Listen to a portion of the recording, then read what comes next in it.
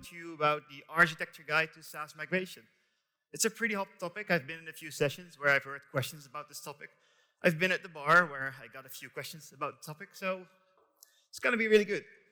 You heard yesterday Steve talk about our journey to SaaS and the acquisitions that we did and the journey that we're on. But really, what does this mean for Platform DXP? Can you migrate to our SaaS offerings and how?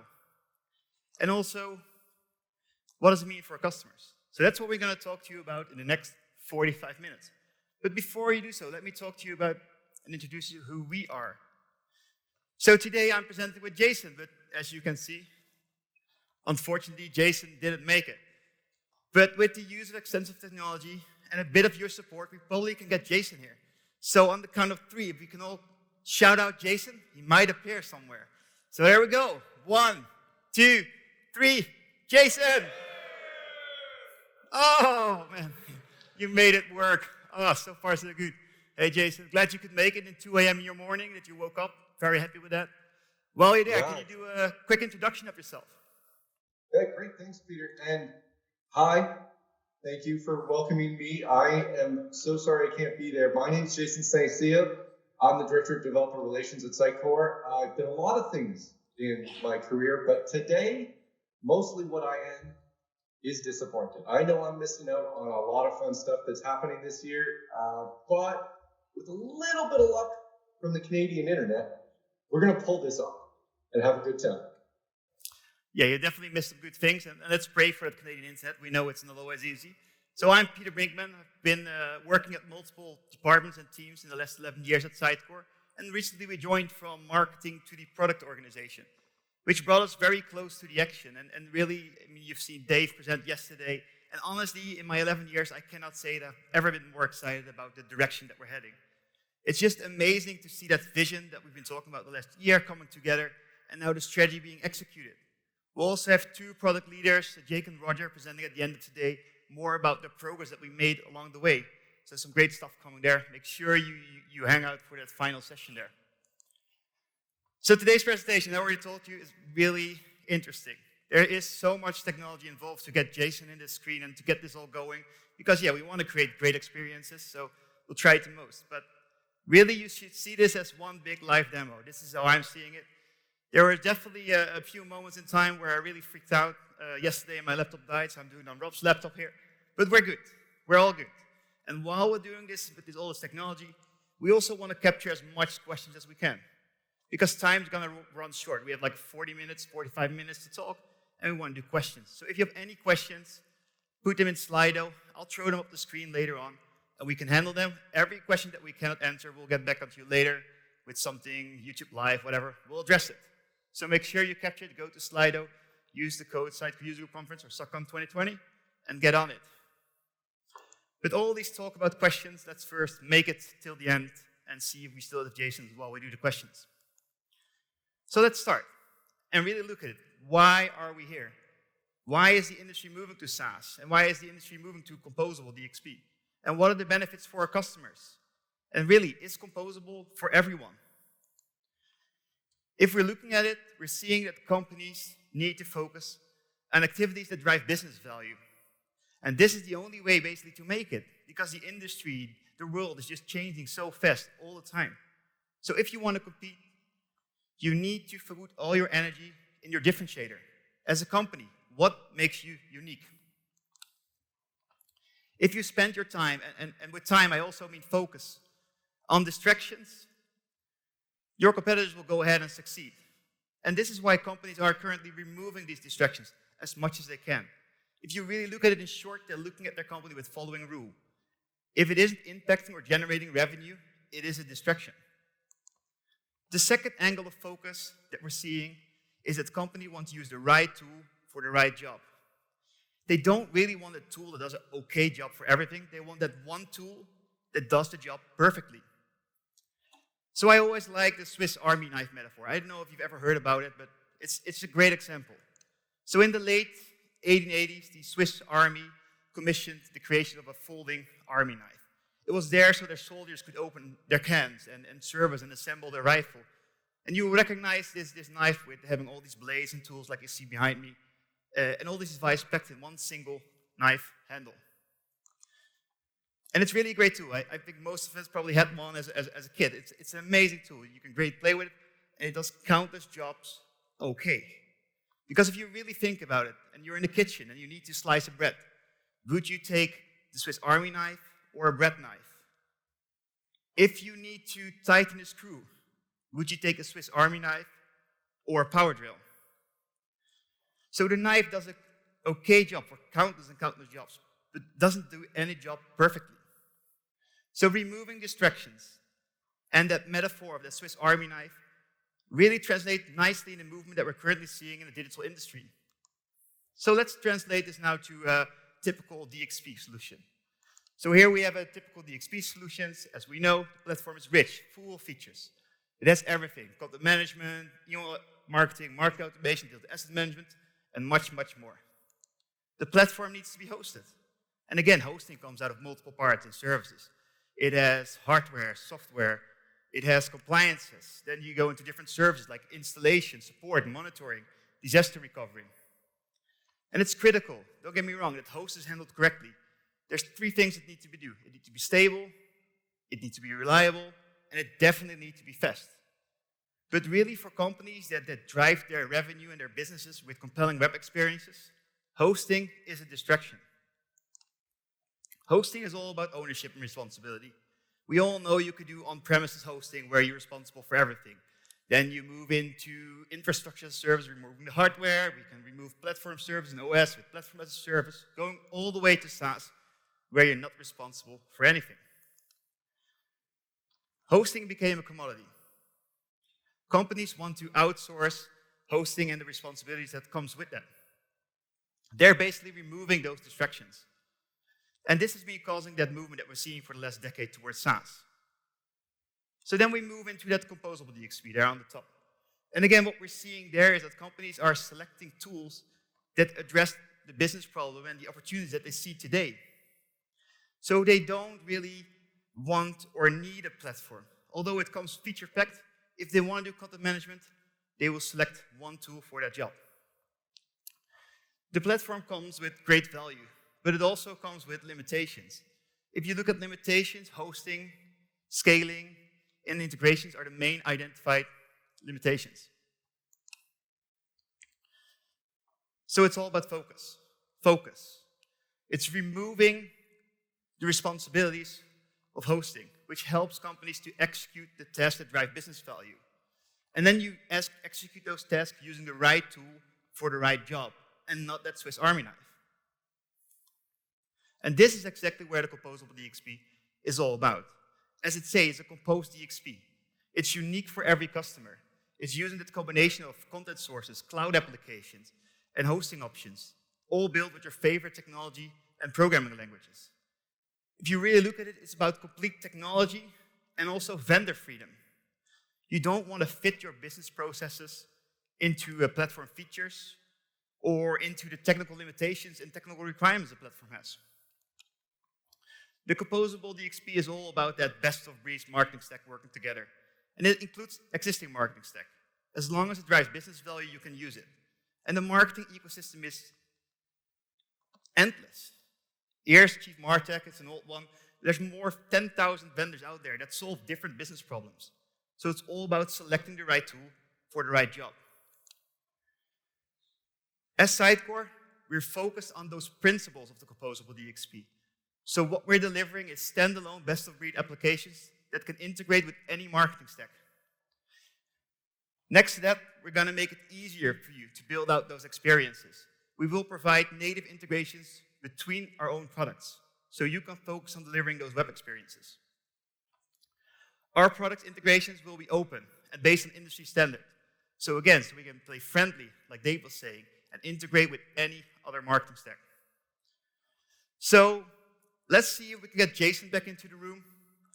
Hopefully he's still there, and discuss what we're going to talk to you about today. Jason, are you still there? I think we're so far so good. So far so good. Keep it going. All right. Well, Peter's walked you through a little bit about what Composable DXP is, why it's good. And I want us to now take a look at maybe some scenarios of how you could get there gradually. Now, you could build directly like a greenfield project right up against the Composable DXP. Totally, you don't need as much guidance from us. But if you're on an existing platform that's been there for a while, you might want a more stepped approach. So that's what we're going to look at today. We're going to look at a very simple XM scenario and then also a more complex global XP scenario. We could be here for hours, so we cut down on things like maybe not going into order cloud and some commerce stuff and try to focus in on that XM XP story. So what we want to do is, how can we let you know about what the options are? What are the possible decision points, the different ways you could go, so that you can have a little bit of a guide when you get into a migration project and know what are the things to consider. Now, as we go through these scenarios, you might wind up having some questions. We've got Slido for that, but we know every customer is unique. We know that every implementation has its unique thing. So there's really only one answer that's going to work, and that is, it depends. We can probably give you a guide as to like what are the things it depends on, and also how you might be able to handle some of those questions as they come up. But there is one question that we definitely need to answer before we get into the first one. And that is Composable even always the right solution? What about you? What do you think? Yeah, it depends, Jason. That's the only answer we can give here. Platform or Composable, really it depends. I've been doing loads of customer and partner meetings these days. This is a question that always comes up. So it's a very, very valid question. If you look at the platform, we just talked about it comes with tons of value out of the box, all these different features. But what you will see is that over time, the effort will increase to maintain that value from the platform. So you might run into issues with scaling the platform globally, integrating it with new marketing stack, or even forced to adjust your business processes to fit the platform. Then on the other side, we have that Composable DXP, and it comes with less features and solutions out of the box, and it contains those best-of-breed solutions. But with a Composable DXP, you wouldn't start with the whole solutions or everything, and you don't want to solve everything at once. For example, if you want to deliver a web solution, you probably start with two solutions, which is web content management and personalization. Then later on, when you grow your DXP and when your business is ready, you'll select the right solution at that moment in time. So if you're for the next step, it might be email marketing or marketing automation that you want to add. It's all about the right tool at the right moment. So the value that you can get out of Composable DXP over time is endless, because we've just seen that MarTech diagram, the tens of thousands of vendors that you can integrate with. Is there a new trend? You can integrate it. So really with Composable, the sky is the limit. But there's pros and cons to both platform and Composable. But at the end, they both provide a solution for the same problem. So it really depends on the customer and on the requirements. So here I put up a few examples that can help you, with consideration, help you to select that right solution for your customers. But really, if I look at it, let's say I have a small company in the Netherlands, where I'm from, and I don't need effortless scaling or global scaling is not a requirement. I don't have marketing stack that drives value that needs to be integrated. I got one marketing department that does all marketing tags. So they do content management, social media, email marketing, everything in one department. The platform might be a really good fit, because that will help them, guide them, and build out the digital practice while they get more mature. But then on the other side, if I was a very digital mature company, and I have tons of marketing stack in my enterprise that drives business value, and I need to integrate, and I definitely need effortless scaling, and I want to go globally scaling in the future. I have an organizational structure that has different departments for different marketing parts. So I have a different email department. I got different content management, all different departments. I clearly would go for the Composable. So as you can see, both solutions address different business requirements. But as Sitecore, we will offer both the platform and the Composable solution. So now let's dive into that first scenario of XM1 with Jason and see how that will go. Let's see if Jason's still there. Every time, this is going to be exciting. Yes, all good, Jason. Yeah, we can see you. Nope, we're still here? Still here. Great. Every transition's just like, let's hope this works. All right, so here we go with our first scenario. Super simple setup. We are looking at a team that has been keeping up on the latest and greatest Sitecore. versions. They've done so many upgrades. They've got it down pat, and they do not ever want to do that again. They have been building headless, and their solution looks a little bit like this. So they have multiple layers of responsibility. And at the very top, they've got this kind of SaaS architecture that they've been trying to get to. And this is where they're doing their static site hosting, and they've purchased a DAM, and they've got a CDN. So they're using this stuff right now. And they've been building with Next.js. So they've been able to have a development layer that is pulling off of Experience Edge. They're using the latest version of Sitecore, and primarily using JSS as their main delivery method. Now, from a marketing services perspective, they're only really using content features. So they've got a very simple XM infrastructure. They've got one simple central content team, so they don't have like a multi-global, lots of teams, but they do have a need to deliver globally. So that's why they kind of went with this kind of global static site piece. Now, the marketing team, they've talked about personalization. It's always in that phase 2, never seems to really happen yet. So they know they need to be able to handle this sometime, but right now it's not a concern for them. But how do they take what they've got here and then move this over into a composable scenario? Well, the transition is actually pretty seamless. When they go from this into XM Cloud, the Next.js app needs almost no changes. The API layers for Experience Edge and headless services are identical, really, so your application can move over really easily.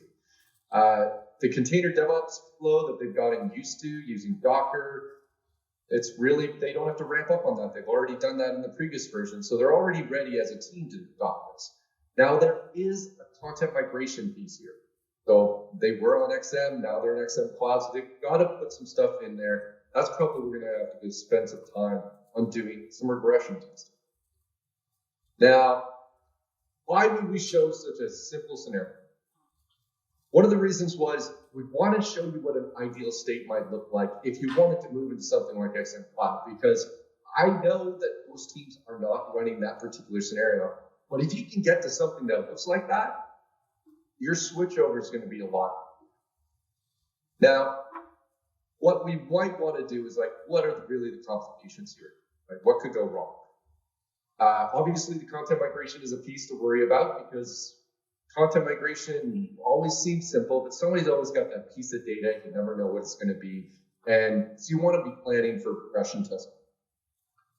Another piece is content delivery customization. People do reliance on session information. They're doing things with pipelines or putting custom APIs in there. So they relied on having a Sitecore content delivery instance. And XM Cloud doesn't have them. So you've got to think headless in that way. How would you do this with your Next.js app? Now, the other thing, too, is that we are moving to a purely XM. There's no XP investment here. This is an XM cloud. So you have to look at all your modules. Have something that could potentially not work when you go to XM Cloud because it's relying on some underlying XP piece. So make sure that's being planned. All right, so we've taken a look at a very simple scenario. Now, let's take a look at one that's got years of technical debt. They have a global team, hundreds of sites. They've got different versions, different ways of building. And for this scenario, the global blend is they've got multi-region. They've got lots of different brand sites. They've got campaign sites in particular regions that are having to spin up and spin down. So this is not the easy mode for people. They're currently running different instances of XP in different regions of the world. They've got different versions, like some are on version 9, some are on version 10s, and they've got different isolated XDDs because they've got privacy regulations and other compliance needs, or just the need that a team wanted to have their data isolated from everything else. So in terms of what they're doing here with this, they also are trying to work on a lot of personalization. They're trying to heavily put this into all their sites, and they want to be able to then deliver this around the world. The global delivery is really highly needed. They have to hit everywhere, and they're having to manage a lot of infrastructure. So getting rid of that responsibility and focusing, that's a big deal. So as a development team, you can look in a lot of different ways. They've got MVC sites, they've got some on SXA, a little bit on XXA. They've got some that are here on React.js. They've been looking at how do they go headless. They've even started playing around with Next.js and trying to go with static sites. That's for development. So, but essentially, there is easy SaaS, probably a lot of work ahead. So we want to do it gradually. Now they've already started on it. They started building out a Composable DXP. They've got a marketing automation SaaS software that's handling things. They purchased a dam. They've got some site stuff. They're building out that Composable DXP already. What they need now is get rid of all this XM stuff, all this XP stuff, move it into the architecture that they want, those DXP that they're building. So how do we get Sitecore together? All right, so we're going to start on step one. What I'm suggesting here, we'll look at Sitecore Personalize. Right up front, start tracking, get session data gathered. It's going to help when we later on move over to Personalize.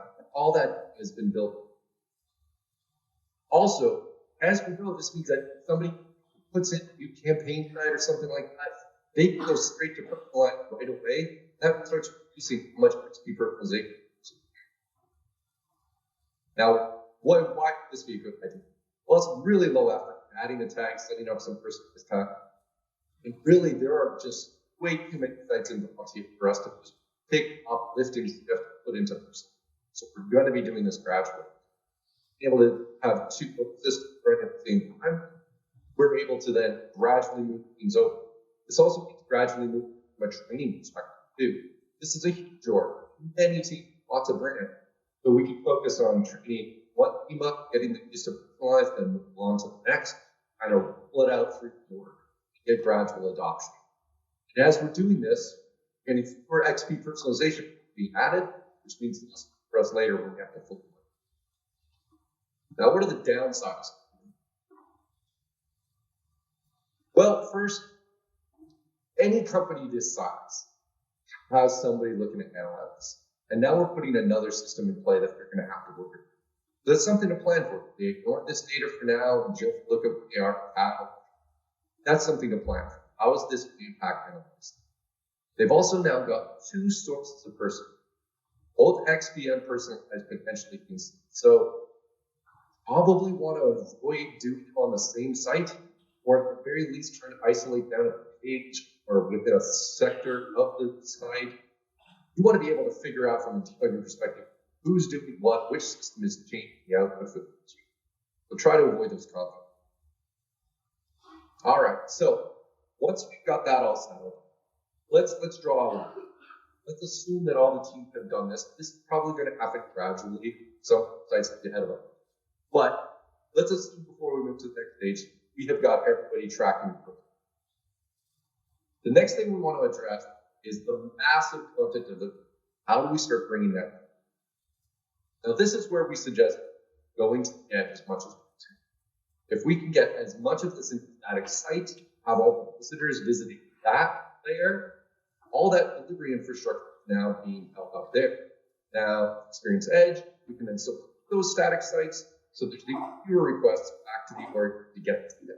And it starts helping us along our road to XM Cloud. Now, in order to do that, that means we have a lot of MVC sites and other things. They've got to get into Next.js somehow. So we can get a couple of tools to help with this by doing some options. So if we get into the latest version of Sitecore, we can get things like the Experience Edge for XM. We get the Next.js JSS headless services available to us. We can also get the static site publishing, which allows you to kind of do a Next.js wrapper around a site, like an MVC or an SXA one, and be able to push out to Next.js without having to do a full read. Now, there are some limitations on what sites are fit for that. Not every site would fit. But the key here is how do we get as much of that traffic going as static as possible? But can't get rid of it all. We're doing a lot of personalization on these sites, especially the big corporate. So we still need a highly available infrastructure that's going to handle all that XP personalization. So we're not quite where we need to be yet, but it's a start. Now, why would we do this? One, global delivery is getting a lot easier. Our core web vitals are looking really good. We're able to have a lot less of the infrastructure in our responsibility for content delivery. We want to do more, but we get a lot of benefits from going down this road. We're also going to be able to make it easier as we try to reach out to new regions or new campaigns in new areas, because the global delivery structure is already there. We don't have to think about it. Now, while this is combining with less responsibility for delivery infrastructure, we're also able to do this gradually. So we can target sites first, pick ones that are best return for us getting that delivery. There might be some campaigns that plan to be brought down. There's no point in bringing those to the edge right now. Let them go out of use and then just roll. Now, at this stage, there are some things we should do. So I mentioned upgrade to something like 10.2.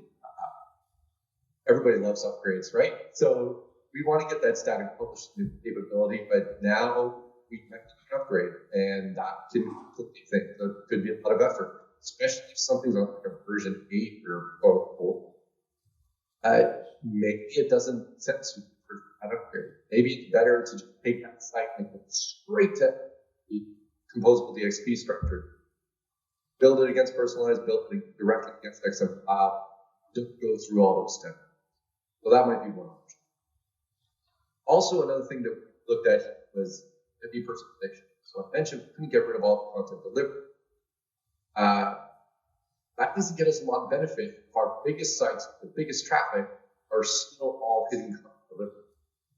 But we may want to be planning those to go to Personalize early so we can get the benefits for going to and target those specifically. So that might be some planning phase when you're thinking which ones are going to get the best return.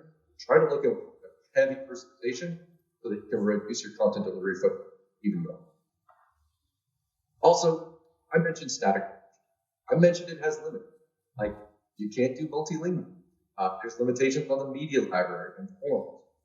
The guide kind of lists all of this stuff out. You definitely want to go make sure you look at that and say, is this going to be an option for a given site before you found on this solution for every MVC site? Now, if a site isn't a fit, then you're looking at some kind of other option as to how you're going to go for the future. All right, so now that we've kind of looked at that scenario, let's draw another look. We're going to say, somehow magically, hundreds of sites have moved forward, at least to the point there's some sites that want to go through this. After this, we need to get rid of that extra infrastructure.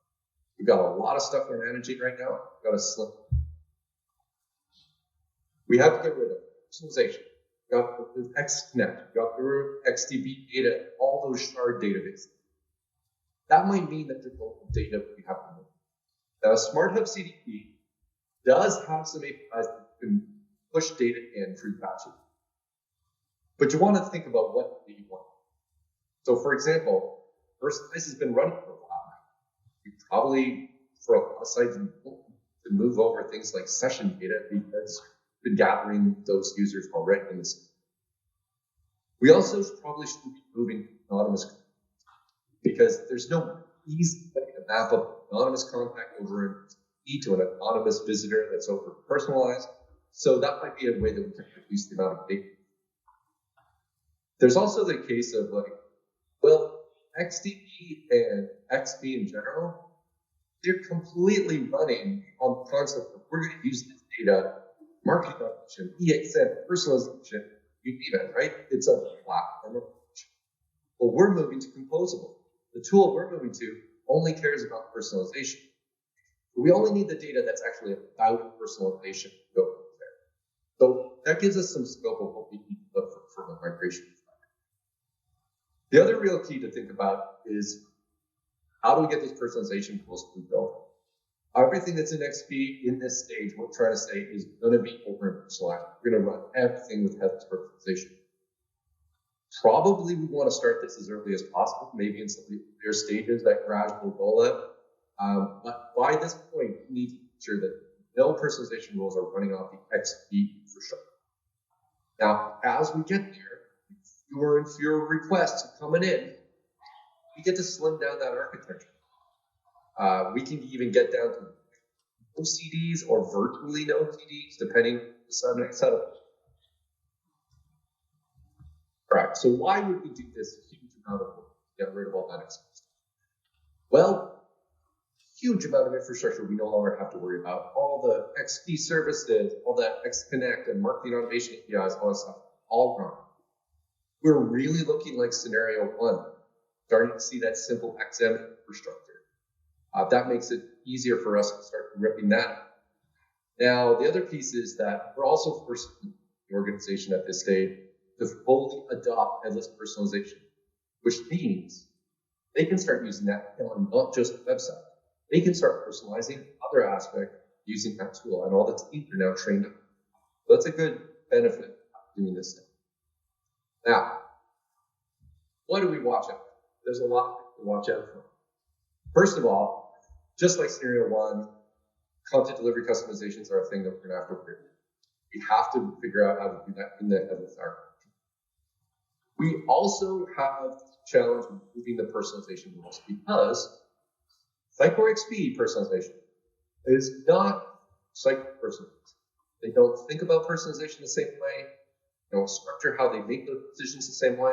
So you kind of have to think of it from a digital strategy perspective of, what am I trying to do as a business? Why am I doing this personalization? And then how would I accomplish that with Sitecore personalization? So that has to be kept in mind as well. The other piece is obviously when you're moving XDB data, especially for a customer this size, they probably have a CDP in play already. So is XDB actually the true source of where the data should come from? Maybe we actually need personalized to break to their existing CDP. So that's another thing to try to consider is, do we want to move that data for XDB at all? What part of it do we want? I also mentioned, and kind of like this skimmed over, is like, let's just transition from XP to XM. And anyone who's done that knows it's not a trivial piece. There's different ways to do it. You could do it in place.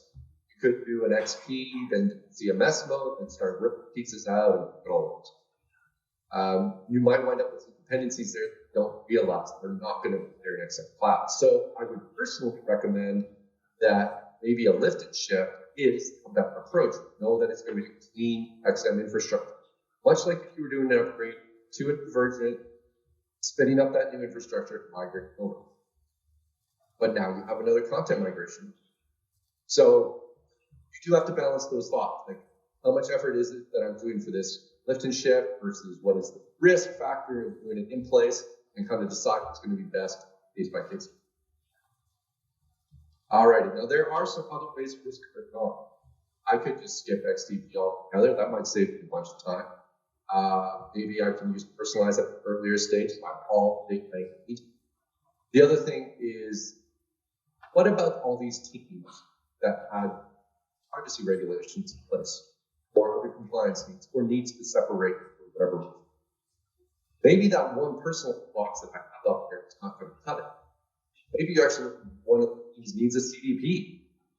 So we might actually have like a smart CDP, right? One group and another personalized for another group, and then isolated personalized tenant for somebody else. We have to plan out what that infrastructure is going to look like to meet the customer requirements. Might not just be one box. All right, that was a big one. But we're getting real close here. We're going to draw a line in the sand here. We're going to say that we've got it, it's all done. Yep, one last. Some of those MVC sites are static publishing. We've still got some content delivery customizations. That has to end. We get rid of every single content. We have to complete the Next.js plan. We want to get exactly like that in XM Cloud. We want to have everything running up experience. So that means we could have started this earlier. We could have been rebuilding those MVC sites. We could have making sure things were running in Next.js. The point of this stage is we cannot go forward unless we are ready to get rid of those older things. Now with that, obviously we have no dependencies on CD, ready for the XM Cloud, looking good. We do have to worry about all those content delivery customizations, rethinking that. But all in all, this is where we're it to be. So now this customer has all the sites where they need. They're ready to start adopting the XM Cloud structure. Now, I went through a whole lot just now. Probably sick of hearing it. Maybe Peter, do you think you could recap a little bit? Take us through what we just saw. Yes, sure, Jason. Thank you. It went pretty well technically, Jason. A few audio issues, but we'll record the session as soon as we can and get it out of you so you can get all the details from Jason. But let's do a quick status check, and I do want to remind you, any questions, add them here. I don't think we can answer all the questions now, but again, we'll get back to you in the next couple of weeks. We just want to capture as much of your feedback as we can, so we can help you get through this. So a quick recap here, what we've done here. So a lot has happened, right, that brought us to this architecture. Jason walked you through 4 big steps. We started off with adding Personalize there in the top to our solution. So we started tracking and harvesting all the data and moving all the personalization slowly into that headless system, Sitecore Personalized. This allows us to move all the XP infrastructure and basically simplify down to XM only. So at this point in the architecture, we have no experience database. We have no XConnect. There's no XP functionality used anymore. So personalization is driving at this point everything. All applications at this point are delivered to the static site delivery layer. So Sitecore CD servers are not being used to serve any visitor information or any experiences. Multiple instances of XM content authoring are publishing out there to the edge. So everything is now fully headless. So if I really look at this, it looks a lot like that scenario 1 that Jason kicked off with. So Jason, does this mean that we can really kick off and remove the last pieces of Sitecore infrastructure? Yeah, exactly. That's the last step, is obviously we need to get rid of that XM layer here. And like we did in scenario 1, the Next.js applications can seamlessly move over. They've been built up against the API, so we're kind of hiding what that underlying piece is. Now, we do need to move a content migration. And unlike scenario 1, this one's a lot more complicated. We have multiple instances of XM running, different content structures, different content repositories. We try to jam that all together. Who knows what kind of content conflicts we're going to hit. So we probably want to think about, how should this be done? When we think about XM Cloud and how you deploy them, we think about those tenants as like teams or projects. So one way you might think about how things should go together is, what kind of content we're used. If a lot of content seems interlaced, common data sources, things like that, maybe that content all goes together in one XM Cloud. But you might have teams that will be isolated either regionally or for other reasons, and you want to be able to separate that out and have a different XM Cloud instance, so you can have that in different places. I mentioned regional. XM Cloud does not have this geographic replication capability right now. First, so you might have teams that are in a particular part of the world, and they want to have their own one that's closer to their origin, just to make it easier for them. So those are kind of the things to plan about. And then you plan your content migration, and you put content into the right places, your target, and that's the point where all that XM stuff can. And we finally gotten rid of all that infrastructure. Now we've moved everything to our Composable DXP layer, got the architecture that we wanted to get to, we're fully headless, we've got a network of applications.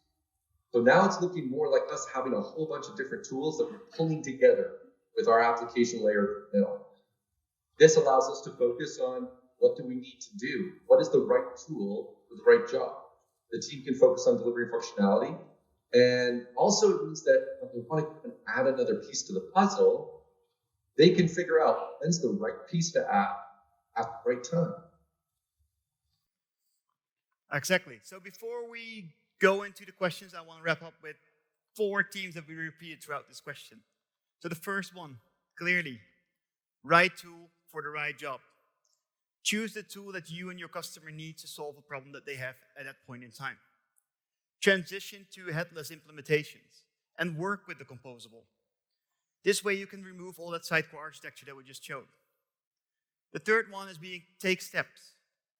If a customer wants it or you want to do it, you need to take steps. They can be small, they can be big, but you need to get started and plan ahead. But if you start, you can benefit of the efforts that you get with the new portfolio and new products in the Composable DXP. And of course, the most important one, I think it's probably the most said words this event. It depends. Really, it depends.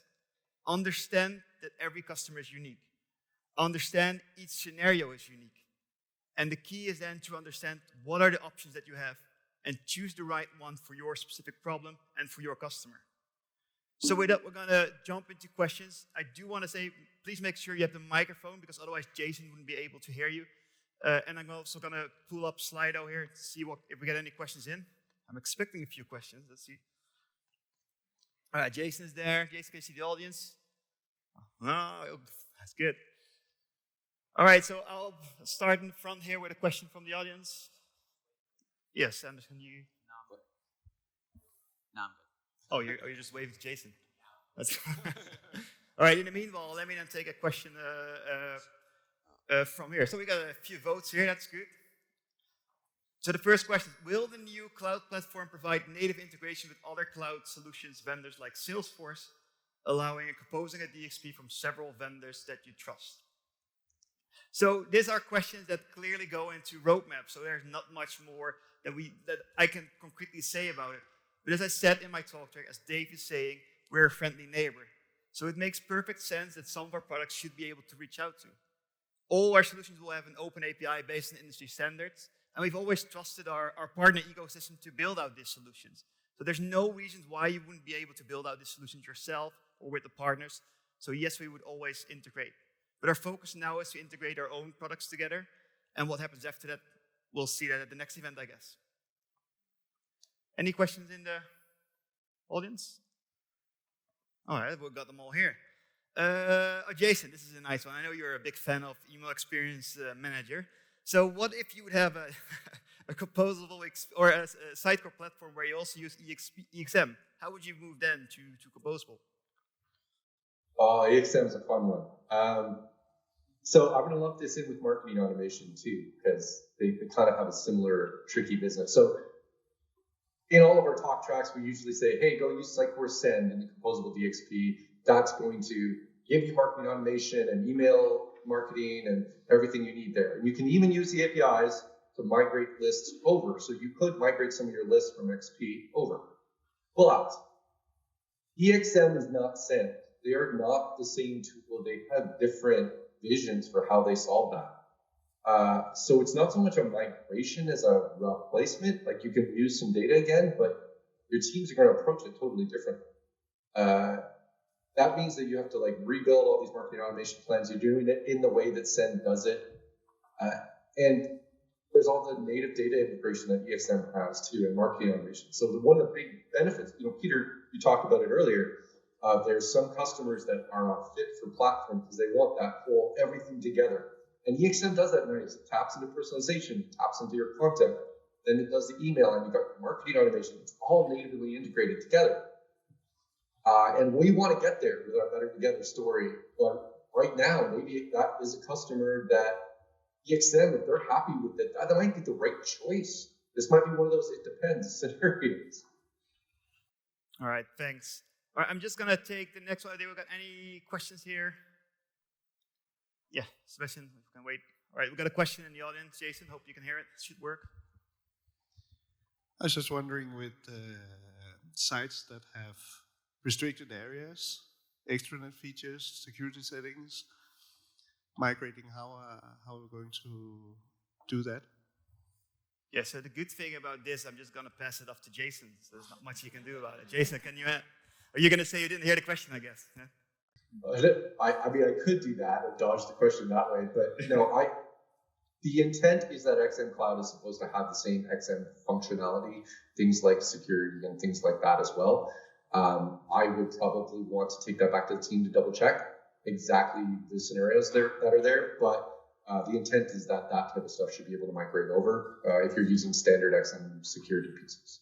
Although we have had, I think Andy talking about XM Cloud there. He might be a good person to chat. Find him in the audience. You can direct people over to him. Yeah. Sebastian, can you add that to Slido so we capture all the slides so we can? You want to prioritize your questions. Well played, well played.